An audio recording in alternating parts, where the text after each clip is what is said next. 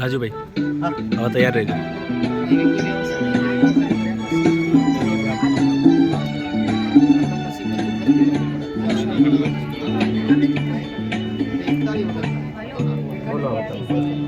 નમસ્કાર સર. શરૂઆતમાં શાળાની અંદર બાળકો સારી રીતે પ્રશ્નો જવાબ આપી શકતા હતા નહીં. એના માટે એક સમસ્યા હતી કે બાળકો પોતાની જાતે પ્રશ્નો જવાબ આપી શકે. એના માટે હું એક ઇનોવેશન હાથ ધર્યો છે. એનું નામ છે જિજ્ઞાસાથી જ્ઞાન તરફ સફર. બાળકોમાં જિજ્ઞાસા પેદા થાય અને બાળકો પોતાના પ્રશ્નો છે એ પોતાને જો ન આવડે તો પોતાના વાલી પાસેથી, પોતાના મિત્ર પાસેથી અને પોતાના ગુરુજી પાસેથી પ્રશ્ન જવાબ મેળવે એ આશય હતો. શરૂઆતમાં બાળકો પ્રશ્નો જવાબો આપી શકતા હતા નહીં, પણ આ ઇનોવેશન દ્વારા બાળકો પોતાના માતા પિતા સાથે, પોતાના મિત્ર સાથે અને પોતાના ગુરુજી પાસેથી પ્રશ્નો જવાબો મેળવી શક્યા હતા. આ ઇનોવેશન દ્વારા બાળકો છે પોતાના જિજ્ઞાસા સંતોષાય અને શાળાના તમામ બાળકો છે એ વારા પરથી પ્રશ્નો એકબીજાના પાસેથી મેળવી અને પ્રશ્નો જવાબો એ મેળવી શકે છે. બાળકોને ઉત્તેજના પેદા થાય એના માટે, બાળકો જિજ્ઞાસા પેદા થાય એના માટે એક ક્વિઝ સ્પર્ધાનું શાળા કક્ષાએ દર અઠવાડિયે દર મહિને આયોજન કરવામાં આવે છે. એમાં જે વિદ્યાર્થી જીતે તો એના માટે જ્ઞાન રત્ન પ્રમાણપત્ર આપી બાળકોને સન્માનિત કરવામાં આવે છે. આમ શાળા કક્ષાએ આ ઇનોવેશન તમામ ગુરુજીઓ અને વાલીઓ પણ વધાવી લીધું છે. દરેક શાળાએ આ રીતે નાના મોટા ઇનોવેશન કરે એ ઈચ્છનીય છે.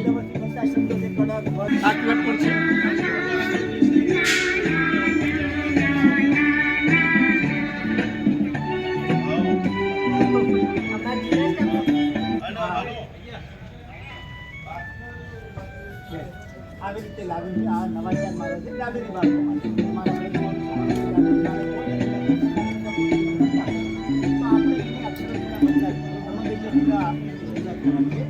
એને આપણે ડાબેરી વળાંક આપશે, જેને આપણે એન્ટી ક્લોક બાળક હોય તો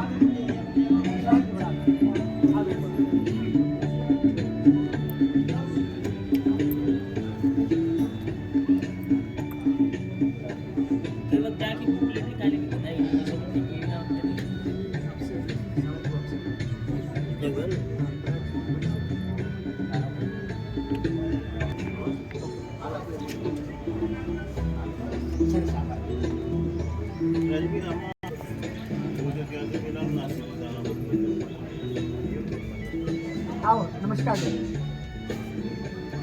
આવું ઇનોવેશન છે. ડાબેરી બાળકો નક્કી કરેલા અક્ષરોમાં લીટી દોષ કરે, લખવામાં ભૂલ કરે, યોગ્ય વળાંકથી માન્ય વળાંકથી ન લખે. તો એના માટે શું કરે? તો દરેક વર્ગમાં એક બે બાળક તો ડાબેરીને કરવાનું, એક બે બાળક હોય તો શરૂઆતની કક્ષાએ ન આવું કહીએ તો જમણેરી બાળકો ભૂલા લખવાનું. એટલે અત્યારની જે આ મૂળાક્ષર શ્રેણી એ જમણેરીને એનો જવાબ છે વિદ્યાર્થી આવતીકાલે સવારે રજૂ કરવાનો. એટલે શરૂઆતમાં વિદ્યાર્થીઓ પ્રશ્નો જવાબો એ આપી શકતા હતા નહીં. બાદમાં વિદ્યાર્થીઓને મોટિવેશન કરવામાં આવે કે તમારા માતા પિતા પાસેથી, ગુરુજી પાસેથી, તમારા વિદ્યાર્થી પાસેથી પ્રશ્નો જવાબ લઈ અને આપણે આવતીકાલે રજૂ કરવાના. તો શરૂઆતમાં વિદ્યાર્થીઓ પ્રશ્નો જવાબ ઓછા આપી શકતા હતા, પણ ધીમે ધીમે મોટિવેશન કરે બરોબર. દર શનિવારે બાળકો માટે આ ક્વિઝ સ્પર્ધાનું આયોજન કરવામાં આવે છે અને એમાં વિદ્યાર્થીઓ જે જીતે બરોબર એને જ્ઞાન રત્ન પ્રમાણપત્ર આપીને સન્માનિત કરવામાં આવે છે.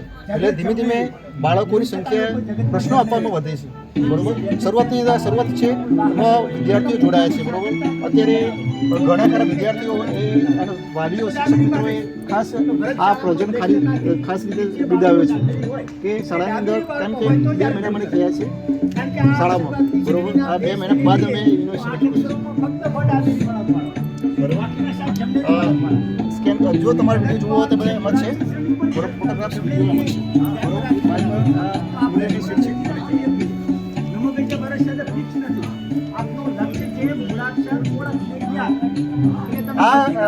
આ પ્રશ્નોત્તરીથી બાળકો ખાલી પોતાના વર્ગ પૂરતી નહીં પણ તમામ વિદ્યાર્થીઓ જાણે એ આશય છે બરોબર. મારી પાસે ધોરણ 1 છે બરોબર, પણ પહેલાં નહીં, ધોરણ 1 થી બાળવાટિકા ધોરણ બધા વિદ્યાર્થીઓ જાણે એ ખાસ આશય રહેલો છે. હા, જાહેર બોલી આવડતું હોય તો બોલી નહીં. હા, એ બાળકોને પોતાની જિજ્ઞાસા વૃત્તિને બહાર લાવવા માટે પ્રયત્ન છે.